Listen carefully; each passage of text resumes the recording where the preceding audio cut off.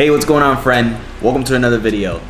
Today, I have 3 tips for you on how to get the most out of your back training. I'm actually going to be training back and buys today, so I thought it'd be cool to provide you some value on how you can get the most out of your back training. I know a lot of people out there just don't feel it as much as others do, or just don't feel it as much as they would like to when it comes to back movements, such as, you know, whether it's the row or the wide grip pull down. They just don't feel the activation, and a lot of the times what happens is they get majority of that activations in their biceps.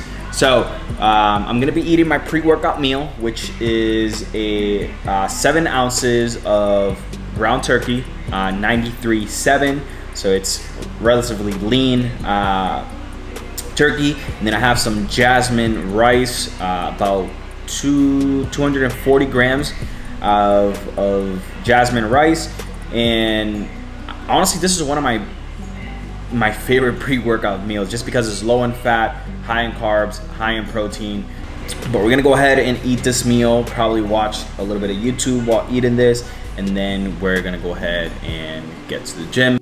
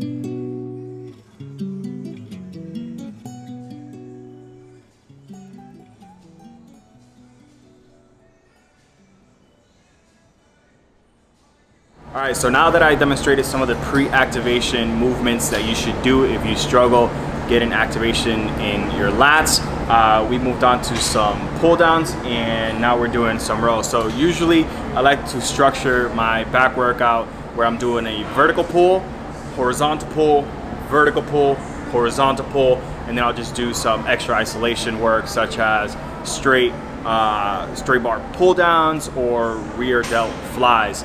But when it comes to any rowing movement, a common mistake that I see a lot of people make is that they row directly on back. And to get the most activations out of your lat, that's not what you want to do, because what happens is when you row directly back, a lot of the times a lot of people end up actually shrugging, and now they involve some of the bicep, some of the traps, mitigating some of the activation that you actually get on your lats. So to fix that, what you want to think about is driving your elbow down and around. So you don't want this movement here, but you want to think of your hand as a hook, and now you're driving down and around.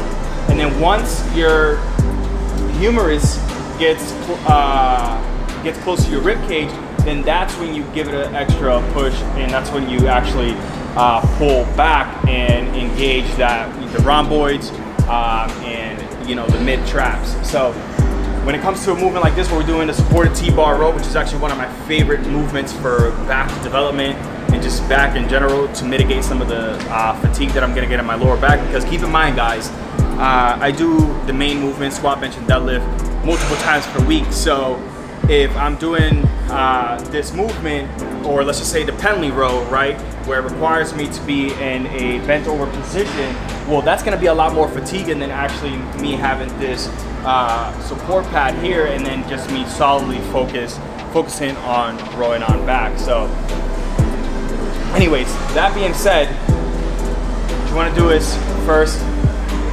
choose your grip.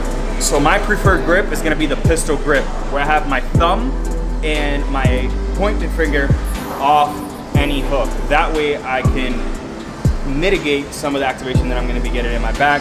Therefore, I'm gonna get a lot more lat activation. And then from there on out, my main focus is to keep my scapula depressed. So I am gonna start in a protracted position, right? A lot of people usually start here. Like you're already pretty much halfway through the movement there. You wanna start in a fully stretched position here. Fully stretched. Now I have my pistol grip. And what I'm gonna do here is I'm gonna keep my scapula depressed. So if you want to cue that, you can actually bring your right hand over and keep this down. And then you're gonna drive your elbow down. Try to scrape the floor. Try to scrape the floor, and once you get here, just give it a little extra nug here. And then release it back to full romp position. Here, control it. Something else that's really big is mind and muscle connection, guys.